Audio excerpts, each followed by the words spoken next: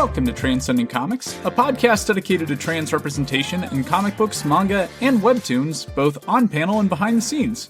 I'm your host Tommy, and joining me today is a creator of many talents. I first discovered their comics work while they were promoting their latest graphic novel, Captain Laserhawk, a Blood Dragon remix, Crushing Love, the Boys Love manga prequel to the Netflix series of the same name. This isn't even their first Ubisoft-related comic though, since they were also behind the graphic novel tie-in of Immortals Fenyx Rising. And they've written some incredible indie comics like Heavenly Blues, Rebel Rule, and Griffin, Galaxy's Most Wanted. They've also recently made the leap to the world of prose fiction with their first YA novel, Elle Campbell Wins Their Weekend. Outside of their writing work, they also co-host one of my favorite recently discovered podcasts, Progressively Horrified, where they hold horror movies to progressive standards that these films never agreed to. They're the world's leading expert at making me care about games I've never played, the person that saved me from watching They/Them, and most importantly, today's guest. I'd like to welcome to the show, Ben Kahn. If we could save just one person from They/Them, the whole podcast is worth it. I'm so glad. Oh yeah, I think I got infinitely more enjoyment hearing you pick that thing apart, both on its own dedicated episode, and maybe even more so on your Megan episode, where y'all weren't done punching down that movie. We still just had more we needed to process. Understandable, yeah. I'll maybe look up some video reviews or something, or maybe someone can make the good fan edit y'all talked about there, but no, I'm checking it out as is. It's such a good title. A non-binary slasher film called They/Them. I'm so mad at how good a title that is and how much it does not live up to it. Yeah, that might be the ultimate missed potential there, but I see a lot of comics sharing names with films, and I don't think that's something they can trademark. And if they try to push legal action on a non-binary person for labeling something... Well, just from a graphic design standpoint, how is the slash not a bloody knife? That just seems like the most obvious, like right from the start. Basic logo design. Wasted potential from day one, huh? But thank you so much for having me on. I am so excited to be here. And oh my God, and yes, thank you so much for listening to Progressively Horrified. Yeah, we have a lot of fun. Far. I'm watching The Ring because that's the episode we're recording this week. And man, was I in for a shock when my main man, Hiroyuki Sanada, showed up looking fine as hell. Is this the US version or the original version? No, this is the original version. But still, my brain is so dumb and broken that I do have to say, now I'm just like, hell yeah. Like, they're fine. They got Scorpion on it. They're good. Is this Scorpion from the recent films? Yeah. Hiroyuki Sanada plays Scorpion in the new films. So I got the little girl's going to crawl out the TV. He's going to throw a chain thrower to get over here. Bing, bang, boom. They're going to wrap this up. No problem. Love it. Now, as far as Japanese media goes, though, I think you're actually the first person to come on the show that's actually been credited as a manga creator, since I see Captain Laserhawk labeled as a manga. Right? How fucking... Oh, can I swear on this? Yeah, go ahead. Oh, fuck yeah. How fucking cool is that? I was like that early teenager in that golden age of the Tokyo Pop manga boom. Mm-hmm. So to be able to have yep, there's a Tokyo Pop manga I wrote, put that on the bookshelf. Holy hell, I'm going to be writing that shit for the rest of my life. Like that.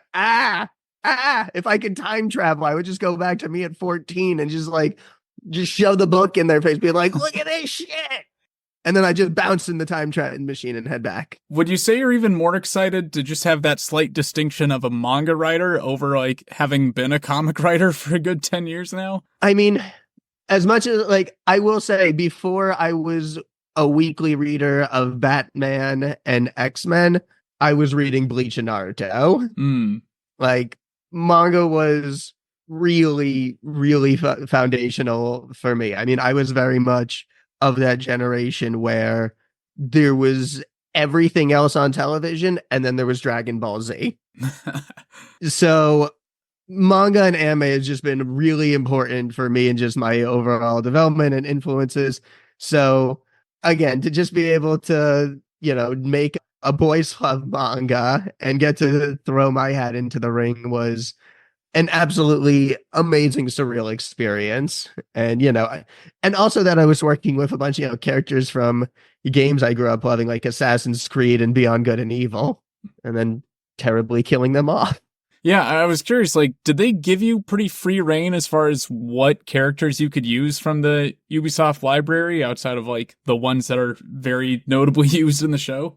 Yeah, so I definitely kind of like try to like think like who do I think they're probably not going to use? Like I Hmm. definitely no, there was a few properties that were overall off limits, and that's just rights, legal, blah blah blah. But other than that, I was a very understandable limit. I was given pretty free reign. It was pretty much I made a list, and so long as that character wasn't explicitly planned out for a future season appearance already, I was good to go with them. So again, getting to use Segundo from Beyond Good and Evil, Lucy Stillman from Assassin's Creed, which again, that's just part of it, is that now in the whole 6 Degrees of Kevin Bacon game, man, I'm like, what, 1, 2 steps max removed from Kristen Bell?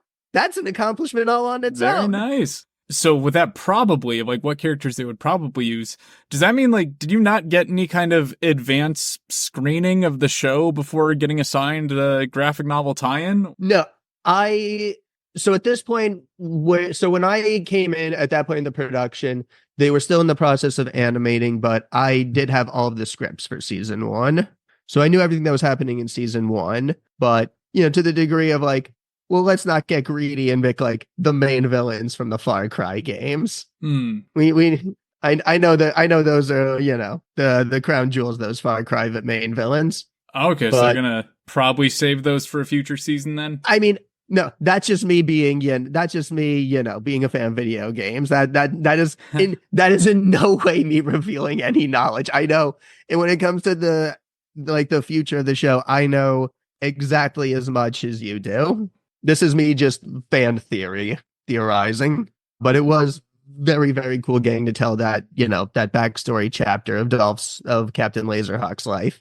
As for that backstory, like how much of that was given to you as far as like these are the events or the beats of his life that we need to hit, or like how much was you having free reign of getting to like take control what their life looked like before episode one? That again, I was given a lot of free reign. I worked together with Adi Shankar, and we worked out the basic outline of the story. Really, the most important thing that they had, like what they wanted out of the story, was less specific plot things and more theme.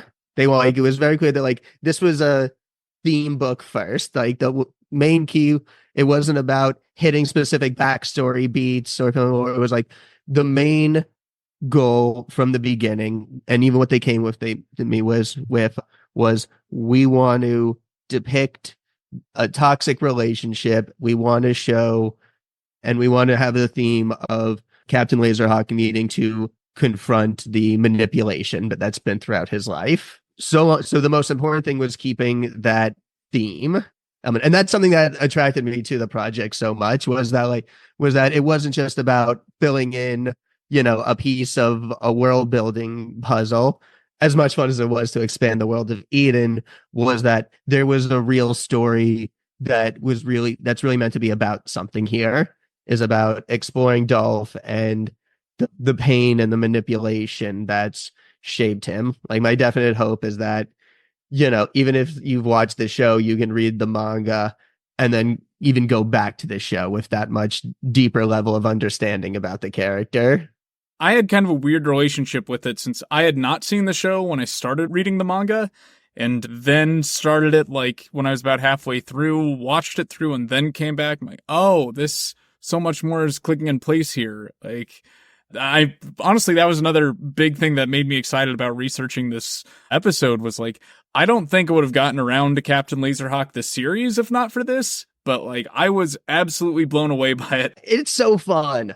The action and the media melding, like I love it. Like again, working with Adi was great because the imagination on him is just so fucking wild and crazy.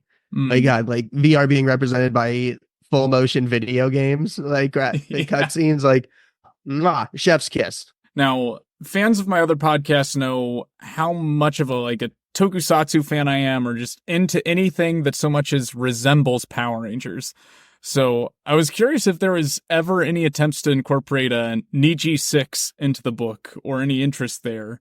Or were you mostly focused on getting like some of your favorites from Ubisoft games growing up in their place? I think, and again, this was a hard thing. I think it was just my understanding of the timeline was that Niji 6 kind of came into being kind of like after Dolph had already left and kind of become, started his reign as Dolph Laserhawk, terrorist scourge of Eden. So I part of it was just, especially again, wanting to, having limited page real estate and wanting to kind of keep it focused on the main themes and especially that kind of main trio or quad characters of two Dolphs for the price of one, Alex and Marcus. So it's partly wanting to keep it focused and partly just, and I could be wrong. Again, if this gets contradicted later, but my understanding of the timeline was that he kind of wasn't in the picture at the portion of the story we were covering. I will say I did really love using Hiro Kusagari from Red Steel in his place. Like, I had to admittedly look up who that was, but like just the weird implied lore tying that into the Assassin's Creed mythos, I thought was a really creative idea. And I was curious if there was like more to that you'd like to explore, but just didn't have the page real estate for. I mean, in general, I would have loved to have had like that fight be like 20 pages, just a whole manga chapter that would have just been like fight. But no, but that was what most attracted me to that, was just going through these characters and just seeing that combination of like, oh, he has Wild West training, he has Wild West training, as if that's a thing. He graduated from Cowboy Academy. Samurai training, which is a thing. That I'm like, oh, that mix of historical eras, like you said right there, I'm like, that just fits so well already into the lore of Assassin's Creed. And knowing I just wanted like, like a heavy, kind of like a big, almost like a mini boss for Dolph to have to fight, and just like this kind of overwhelming force of emotionless pain and heartbreak deliverance. And that character, with especially the way I kind of felt like it could fit into Assassin's Creed, really made sense as, like the next model that Eden never stopped building, super soldier weapons, that they're constantly incorporating the mythos and lore and technology of these for different franchises. And this mix of, Hiro Kusagari and the Animus project from Assassin's Creed is their next, Ubisoft mishmash super soldier project. Now, I had wondered, with the incorporating of Fenyx into the story from Immortals, I'm assuming that was your direct influence on the story. That's just me. I got brought my girl back. Yeah, it's a very different version of her, but that's just me. Yeah, that's just me bringing my girl back. It's like once the element of like cults kind of reared its head, which, again, now that there's something like, I wish I could have explored more, is just the idea that religion as a source that sometimes goes against a religious dystopian governments and the oppression that can come from that. And, that could be a whole book. That could be a whole ass graphic. That could be a whole ass big, complicated story all on its own. But, once that element, once that aspect of religious groups came in, it became like, well, how can I not go back to my favorite Ubisoft goddess?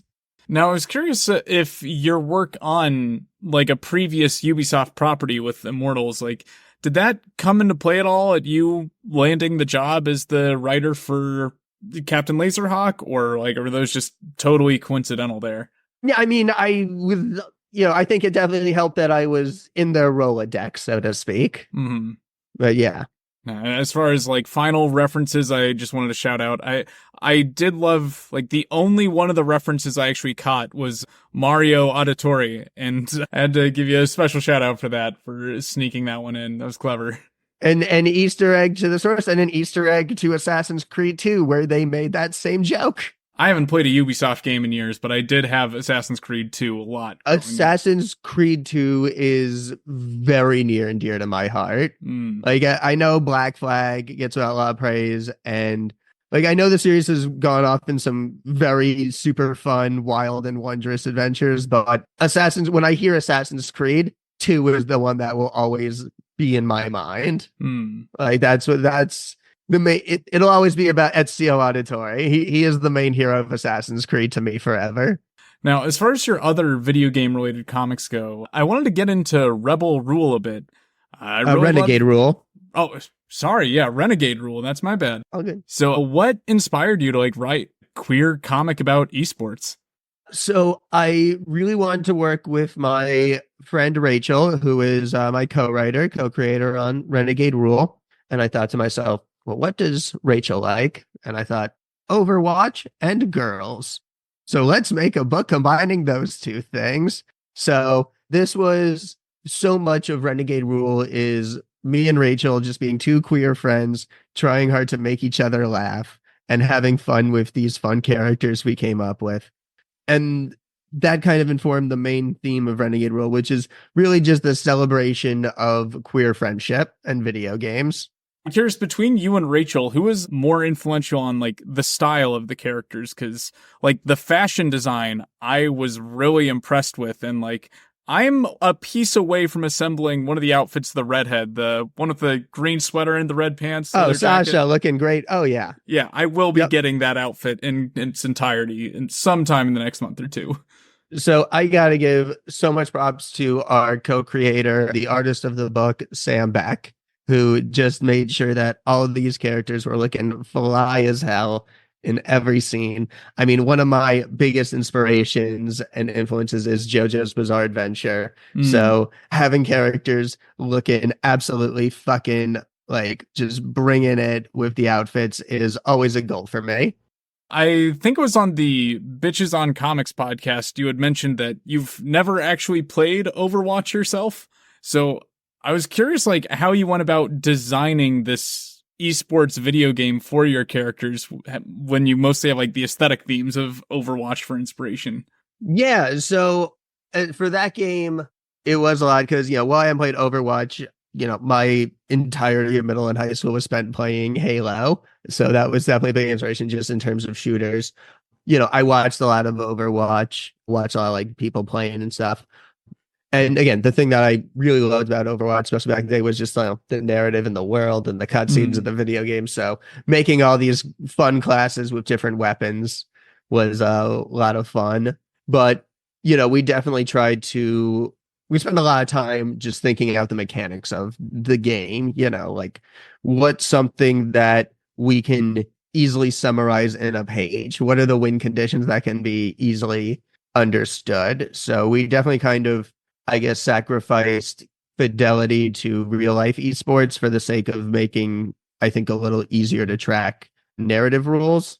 Sam was always pushing us to expand the lore of the game and kind of have these internal mechanisms and give it a real narrative. So that was always fun.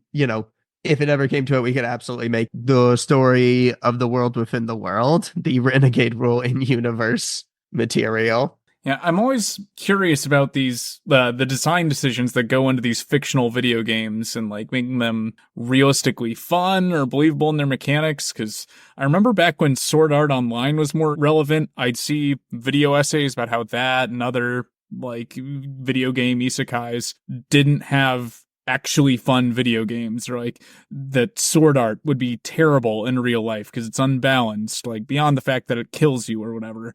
So I was curious, if you feel like there's any importance in making that realistically fun video game, or if you would always put the narrative mechanics of the game first. So I think that's where I'd refer to the main influence, and kind of how I think about it is it's a sports story first and foremost. So I think in terms of fairness, I think about less in game terms and more in terms of sports terms.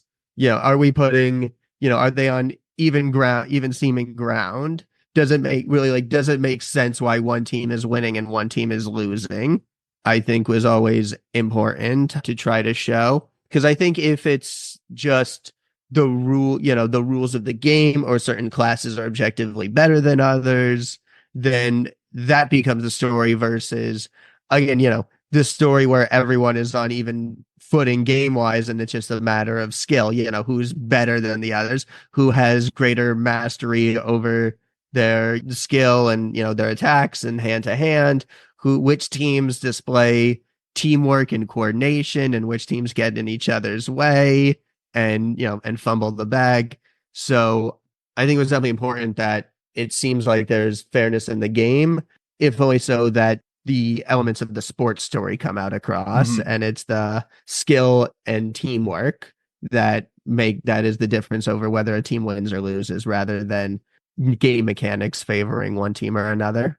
In making this at its heart a sports story, I was curious about the decision. Like, I feel like almost every sports movie falls into one of two camps. Like, either it's the underdog training to win the title, or it's like the Bad News Bears style story of like the team that's just trying to get to the championship that kind of learns that like winning isn't what was needed, or it's just big that they got there. So I'd love to know like what films you were taking inspiration from and how you went about deciding like which route you wanted to go with this. Bring It On. Bring It On. It's big time. Bring It On. Big inspiration. Oh my, especially with the ending is Bring It On. Big inspiration there. No, some of my favorite sports manga were definitely, especially stuff like Haikyuu and Ice Shield 21 with stuff I had in mind. Especially, these underdogs who come up with weird, unpredictable tricks and ideas to win the day that like other more disciplined teams would never come up with and don't have defenses for. So that was definitely a lot, from like Ice Shield 21 had a lot of fun with that. And yeah, I mean, I always loved that team dynamic coming together, the bickering. I think there was a period in my life where I just spent over and over again, every time I'd go to the video store, I would just rent the Mighty Ducks in a 3-week cycle, watching 1, 2, 3, 1, 2, 3, 1, 2, 3. Drove my parents absolutely fucking insane, but I wanted to watch Mighty Ducks. So I think it was definitely a little bit of just that, again, these scrappy underdogs who aren't, with the exception of their team captain, aren't quite as skilled as the other players. They're not as coordinated as the other teams, but they're scrappy and they're weird and they come up with ideas that the other teams could never predict, and we see how far that can take them. Yeah, weirdly, I've somehow never seen Bring It On, despite having been an actual cheerleader in high school. Oh, you must. Oh, Bring It On is so good. Yes. Okay, I might have to rectify that then. I even have still one of my best friends. Like, and Eliza Dushku is so gay in it. Oh my God. We were allegedly the first male cheerleaders at our school, but she and I have both since transitioned, so we've lost that title, I guess. But this might be a good reason for a reunion now, because I don't think she's seen Bring It On either, and this is a missed opportunity. Oh my God. I have to watch Bring It On. I love Bring It On. Now, I did want to make sure to touch on your recent young adult novel with Elle Campbell Wins Their Weekend. Yes, my prose debut from Scholastic. That was crazy doing prose. That was like learning how to walk again. Yeah, so did the opportunity to write a prose novel come first, or was it like a conscious decision of yours to do this as a prose novel rather than a graphic novel? It was something that, my agent and I in touch with editors to see if I'd be interested in doing. And the main thing I look for is if it's a good challenge that'll push me as a writer, and if it's a story I'll have fun working on. And I'm like, hell yeah, I will. Like, non-binary kid, Ferris Bueller's Day Off in a whole brand spanking new medium. Let's do it. I kind of leapt at the chance to pursue a new challenge, and, we worked out the plot, and thankfully, again, editor Scholastic went for it, and now it's out in stores and online. I think it was also on Bitches on Comics that you had mentioned that the main character of Elle Campbell is like a version of yourself that had their gender figured out at the age of 12 rather than in adulthood. Yes, that was definitely a lot of it was, what if I'd understood it? That was definitely me trying to imagine the character and their feelings and their thoughts about it. And also, again, when I was that age, this language did not exist. I had no idea non-binary identities were not they them pronouns. I had zero awareness. So if this helps somebody figure themselves out at 12 instead of in their 20s, then that will be wonderful. So as far as those creative writing challenges go when switching formats, like I was curious how you approached the creative process with writing a non-binary teen in a modern school and putting yourself in the shoes of like a version of yourself that took such a different life path, and like how you like went about doing that with like this being a world that you didn't get to experience growing up. Yeah, I mean, there's definitely a fantasy aspect of Elle Campbell. Like, this is a version of me where, yes, I'm 12 and I'm realizing I'm non-binary. This is also a version of me where I'm 12 and I have good friends. That shit didn't happen in real life. So, it was a lot of imagination work going on. Now, it sounds like you've put a lot of thought into the main character's favorite show of a Phantom Thief, like the media that exposed them to a non-binary character and helped them come to terms with their identity. And I was wondering if you could speak a bit about this like fictional show within the book, and if you have any plans. Well, it's not Doctor Who, I'll tell you that. No, it was a lot of fun having that aspect, probably because, again, finding yourself through fiction, I think, is very true and very real. I look back, again, I mentioned JoJo's Bizarre Adventure being an influence, not just fictionally, it also definitely helped put me on the path towards figuring out gender, even media that I didn't quite realize why I was so drawn to it, like, but I'm a cheerleader as a kid. Media and being seen and finding myself in stories has been a huge part of my path. So I wanted to really explore that and show the benefits of it, but also showing the limitations that even all you have is fiction, you still like, it's still lacking those real life examples and role models and community that are so important. So I very much want to explore the strengths and limitations of that, which has been such an emblem and such a part of my own journey. And also it was really fun to reference because if I felt like paragraph or section needed a little jazzing up or something fun, I could just reference a really weird as shit episode. And I mean, with so many ideas going into this fictional show, like, do you have any solid plans or intentions of doing like a Phantom Thief graphic novel or any other further explorations of this idea? I would love to do that. The one I would love to do as a graphic novel is at one point, character falls through a mysterious portal in laser tag and goes on a whole adventure to save the laser kingdom and save the laser princess, and he rides a magical skateboard and he saves the whole world, and then he comes back and he falls through the portal in time for the next chapter to happens all entirely off screen. I would love to do that spinoff. Taylor Poptopoulos saves the laser kingdom.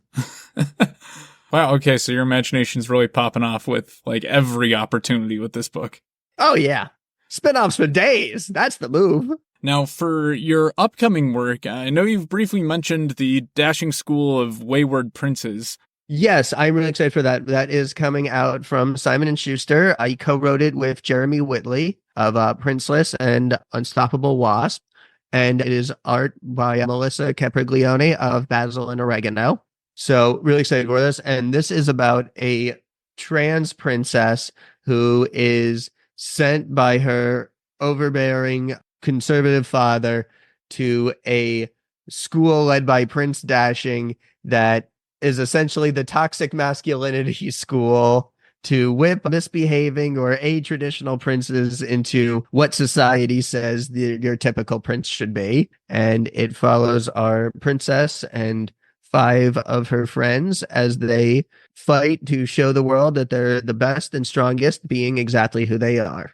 You had me at trans princess. I'm now on board.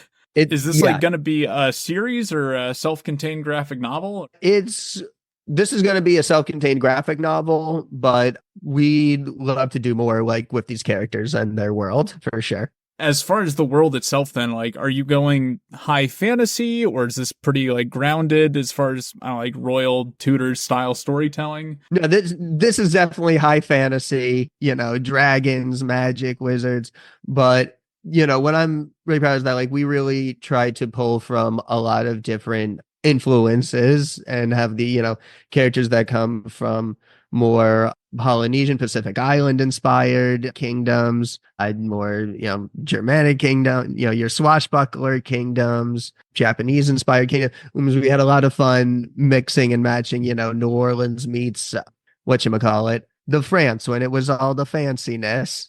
Yeah, Versailles, very New Orleans meets Versailles. So it's very fun building a fantasy world, trying to use the whole world as points of influence and not just fields and castles. As nice as a good field and a nice castle is, not knocking it. Now, I've noticed that like really creative world building of like story rich worlds is kind of a common theme throughout your work, even with your earliest published comics, like from the crossover afterlives of Heavenly Blues, or the superhero universe of Shaman, or the space opera of Griffin, Galaxy's Most Wanted. I'd like to know what drives you to continue creating stories in these newly created worlds rather than ever revisiting these story rich worlds you've already created. So a lot of it's just I like being a narrative nomad, just jumping from genre to genre, trying new things, exploring new themes, new worlds. I've always been a big fan of stories where the location is really a character in its own right. Grew up tri-state area, so everyone loves those stories where it's like the fifth girl in Sex and the City is New York. So again, like always love when the location, Venture Brothers is a big influence on me, and the way that show built up its world and its atmosphere and its lore, I think is just absolutely wonderful. Yeah, if you ever want to study world building, especially gradual world building and an extension, like seriously, watch Venture Brothers. Watch Venture Brothers because it's one of the best shows ever made, but also I really believe it is incredible to study for world building. Yeah, I mean, I'm glad they introduced Kimberly McManus in the last season because finally there's a Venture Bros character that I feel like I can cosplay. But then again, I got the voice for Dr. Girlfriend. I could totally pull that off too. Oh, yeah. Oh my God. No, you would rock it, Dr. Girlfriend. Dr. Mrs. the Monarch.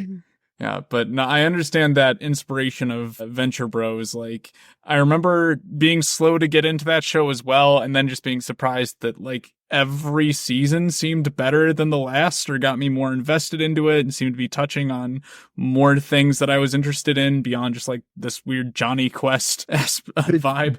The trick that and maybe trick's not the right word. The tool they used, I think, was very effective. And this is especially for something long running and serialized, was their approach to new characters was, when they needed to bring in a new character, rather than making somebody completely new, they would look back and see, well, who have we referenced?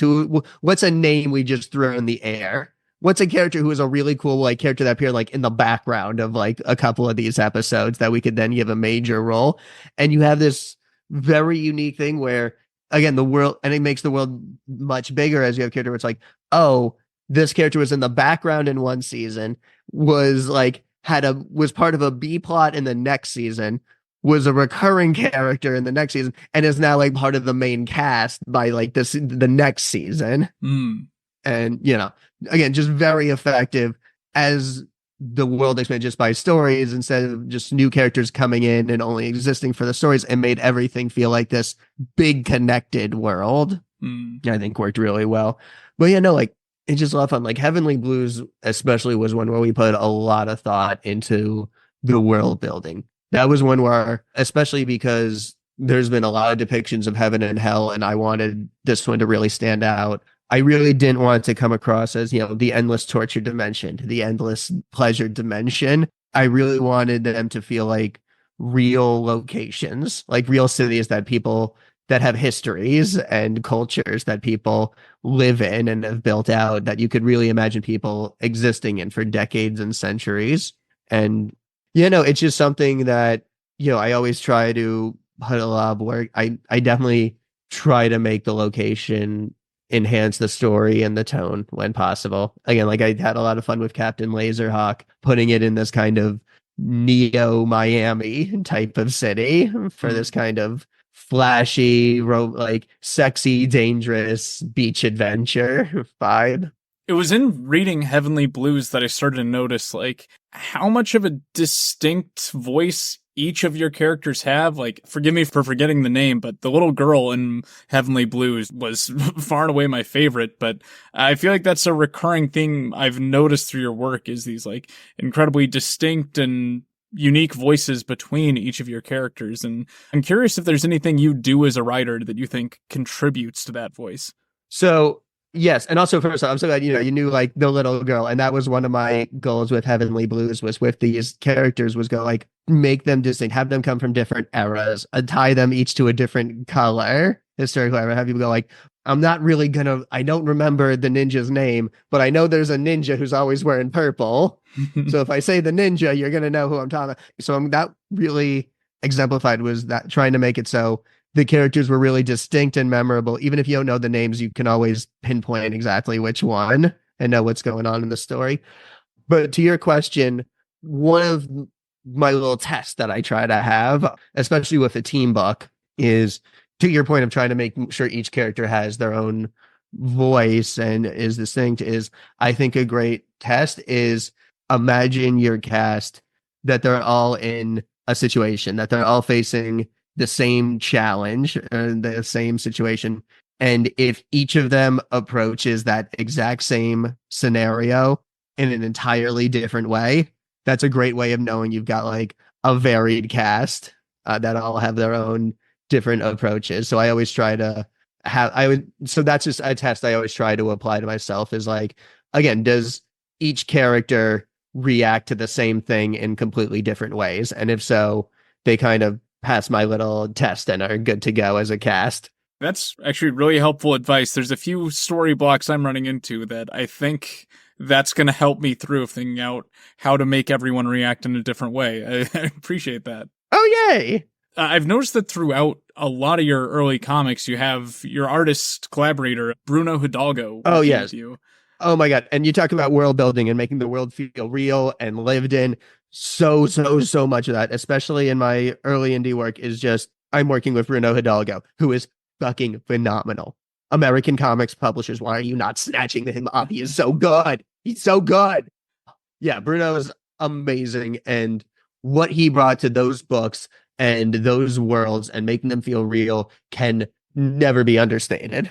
Yeah, so how did you two initially connect? Because I know you've mentioned there was like a bit of a language barrier when you first started meeting, and that most of your connections were through like either video message or instant messenger. Yeah, so he had done an anthology with an editor I worked with on Shaman, so he connected us together, and then we made Shaman, and then we just had such a great time working together. We made Heavenly Blues, and then we made Griffin, and we're not working on anything together right now, but I'm always looking and hopeful for a project I can work with him on. Mm-hmm. Do you know if he's currently working on anything we can plug on the show? Because, yeah, I'm really digging his art style as well.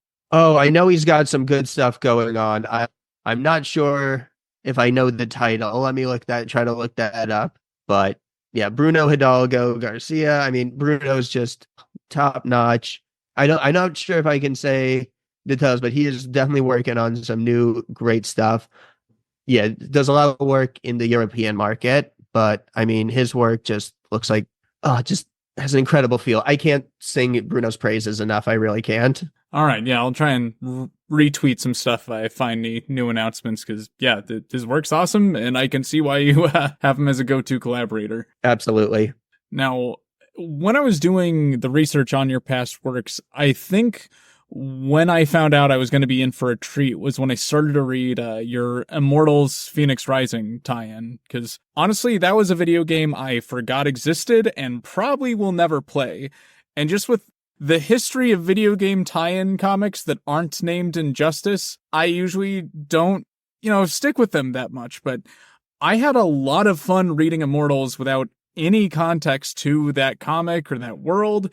And like, I felt like it just took this Greek mythology premise and like the distinct sense of humor of that game and made something really fun that was very accessible for someone who didn't have any association there. So like that, for one, just really blew me away. This is what I mean when like between that and Blood Dragon, you've really helped me enjoy video games I've never played. But like, how did you go about making like such a treat out of a video game tie-in and like finding that distinct voice for the book itself? Well, first, that's Greek mythology. Like, I love Greek mythology. I'm a Greek mythology girly through and through.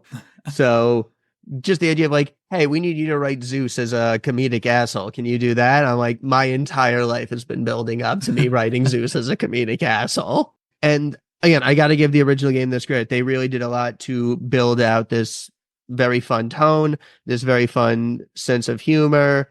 So I felt like the sense of humor that the game built out and my own style of comedy meshed very nicely. It was a good fit. I had a lot of fun coming up with the jokes. And again, Zeus was every bit the absolute blast that I always thought he would be. The idea that he knows he's been the absolute worst and is trying to be better, but slightly better than the worst piece of shit still allows you to be a pretty big piece of shit. Just amazing stuff. And again, just a lifelong love of Greek mythology and knowing that like, oh, I don't just have the game to reference. I have this whole mythology to reference and have fun with. Again, like the game has such a fun take on Hermes is just this like fun trickster big brother take for Phoenix. So that was a lot of fun to get to work with.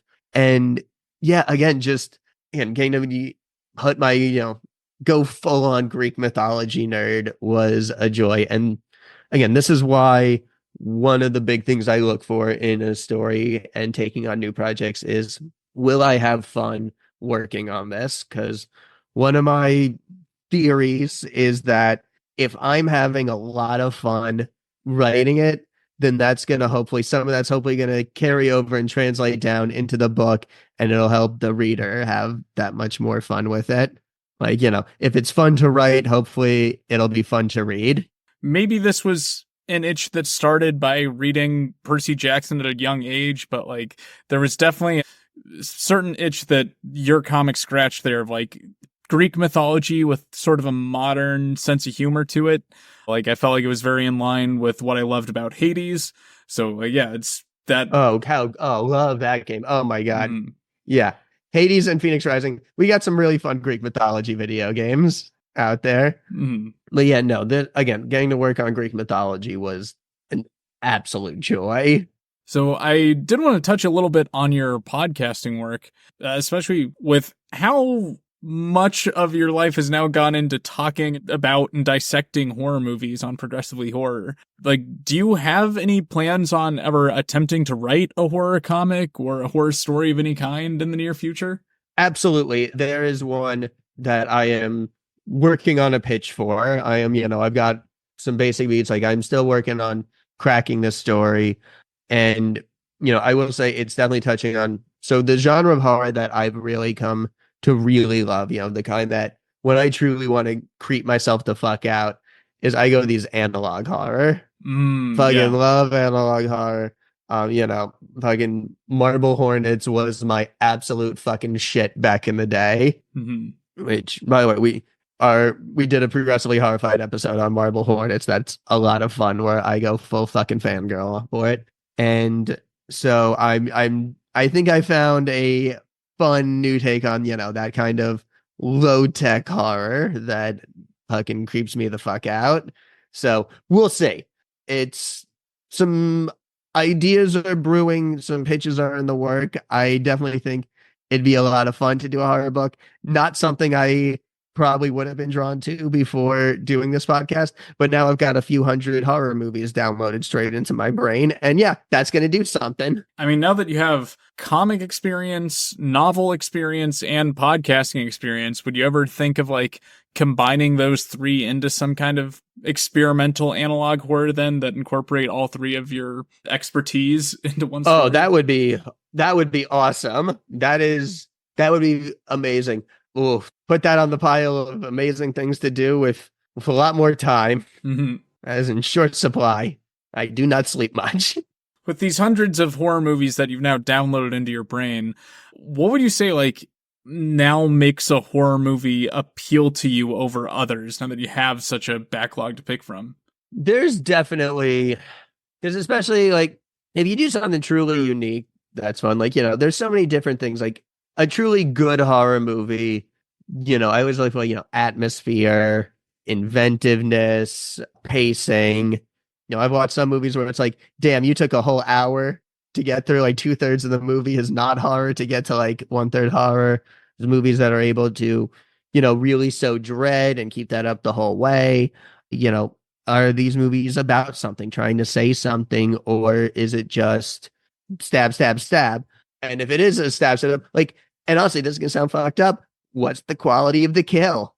How much are you satisfying my primal bloodlust? Are you giving me crazy kills that like I'm gonna remember and talk about for months and months? Or is it just kind of like, man, I'm like, oh, one stab, not much blood. I'm like, okay. Really? We don't even see the meat hook go through the person. Rolls eyes. So for those that are just now discovering Progressively Horror, what episodes would you say are like highlights of the show? Like not just great movies being covered, or more like terrible movies being covered in a very fun way, like They Slash Them. Oh, if you want to see me go absolutely feral and lose my fucking mind, look up any of our episodes talking about a Resident Evil movie. That is a really good time. We did an episode on Old, the beach that makes you old. It's a good episode. It might be the worst movie I've ever seen in my entire life. Wow. That's a strong claim. It's not good. Yeah, we just did an episode that came out recently on The Blackening. That was a lot of fun. That is a good movie. The Blackening is actually a lot of fun, but it's a very fun episode we did for it. And, I would definitely check out, our very first episode is Jennifer's Body, and that's a great start to the show. I haven't had a chance to like deeply look through every episode going back to the beginning, but just thinking of It's been a lot. That's understandable. Some hidden gems. Have y'all covered Nightbreed on the show yet? Yeah. Oh, yes. Oh, thank God. Yep. That's a favorite. How about The Gate? The Gate? Ooh, The Gate. I don't think we've covered that. Another good episode we did was Devil's Advocate, where we talk about Pacino for 2 hours. And as far as like what you've discovered from now like 200 episodes of show, what are some hidden horror movie gems that we should maybe give a second look, say come Halloween time this year? So you should definitely watch Mayhem. It stars Stephen Yeun and Samara Weaving. It's fantastic. If you have not seen Ready or Not, also starring Samara Weaving, holy shit, go fucking see Ready or Not. We have a letterboxd. Actually, there's a Progressively Horrified letterboxd where we rank all the movies we watch. We numerically and objectively rank art the way it's meant to be done. So I would definitely check out the Progressively Horrified list and check out some of our top movies. Because, man, again, if you've never seen Attack the Block, holy fuck, stop whatever you're doing and go watch Attack the Block. Kind of wrapping us up here, I like to have a wildcard closing question tailored to the guests' work or their interests. So for this week, in honor of Captain Laserhawk and the Boys Love manga based on it, if you could set up Captain Laserhawk with any video game character for their second shot at love, who would it be? Oh, great question. I want someone nice for Dolph that'll really protect him, look after him. Also needs to be his type. I'm gonna say Barrett from Final Fantasy VII. Ooh, Barrett the bear. We know that's Dolph's type, and I feel like Barrett would take good care. We know Barrett's like got that good dad energy, cares about the environment. He'd take care of our broken baby bird. And like also another gun arm guy, so like they got gun arms. And they can touch barrels. Now my second part of this question is, would you yourself date that same character, or would this be the same choice for you, Ben? No, when it comes to Final Fantasy VII, I am ride or die for my do I want to be with her or be her. That is Tifa. Okay, that was Aerith for me, and that was like my first girl costume I got to do for Halloween when I came out, and still I incorporate that little red jacket anywhere I can for other outfits. That's the non-binary in me, is like, want be cute gal, but also want do strong punching. Yeah, are you playing the remake games, or is this all PS1 nostalgia? So this is coming from PS1 nostalgia. I still haven't beat the first remake. I played through the whole game. You know, I beat the original PlayStation 1 back in the day. Again, we talk about things that would be really cool if only time existed, and playing video games has unfortunately entered that list. Yep. Except for Pokemon, which Nintendo just has my fucking whole ass soul. Like, I will always find time for Pokemon. Before we close out here, Ben, is there anything you would like to plug, or even just social media we can follow your ongoing work with? Yes, again, you can find all my work, or you can find most of my past work, like Heavenly Blues, Shaman, at my benconcomics.com. You can purchase copies of Griffin, Galaxy's Most Wanted, at massivepublishing.com. You know, follow me on Twitter at Ben the Kahn, or don't, because Twitter's a fucking hate-filled hellscape. Get on Blue Sky. Yeah, follow me on Blue Sky. Find me at BenCon Comics at Blue Sky and Instagram. That's where I'm at. Join me on the Blue Sky. And again, Progressively Horrified, new episodes drop wherever you listen to your podcast every Friday. Captain Laserhawk, a Blood Dragon remix, Crushing Love, is out in stores now. And yeah, I don't know if pre-orders are ready, but definitely keep your eyes out for Dashing School for Wayward Princes. All right. Well, Ben, it's been wonderful having you on the show. I genuinely had a great time researching your work, and I don't think I was ever once disappointed with anything I pulled up from your backlog. So yeah, thank you so much for coming on. I've had a great time being on tonight, so thank you so much for having me and chatting. If the listeners at home have requests or recommendations for comics or creators you'd like us to cover in the future, you can send them our way on social media. You can find us on the Transcending Comics Instagram and Facebook page, on Twitter is at Transcend Comics, or email us at transcendingcomics@gmail.com. We'd like to thank you for giving our podcast a chance, and give a special shout out to Ray Day Parade for designing our logo. Our intro and outro music is A Little Soul and You've Been Starring by Carlson. You can check out more of his music on carlson.com. Join us again next time as we continue transcending boundaries and exploring the colorful world of trans, non-binary, and genderqueer representation in comic books of all kinds. As the curtains fall on this episode of Transcending Comics, remember that comics have the power to inspire change in countless worlds, including our own. Keep reading, keep writing, and keep transcending.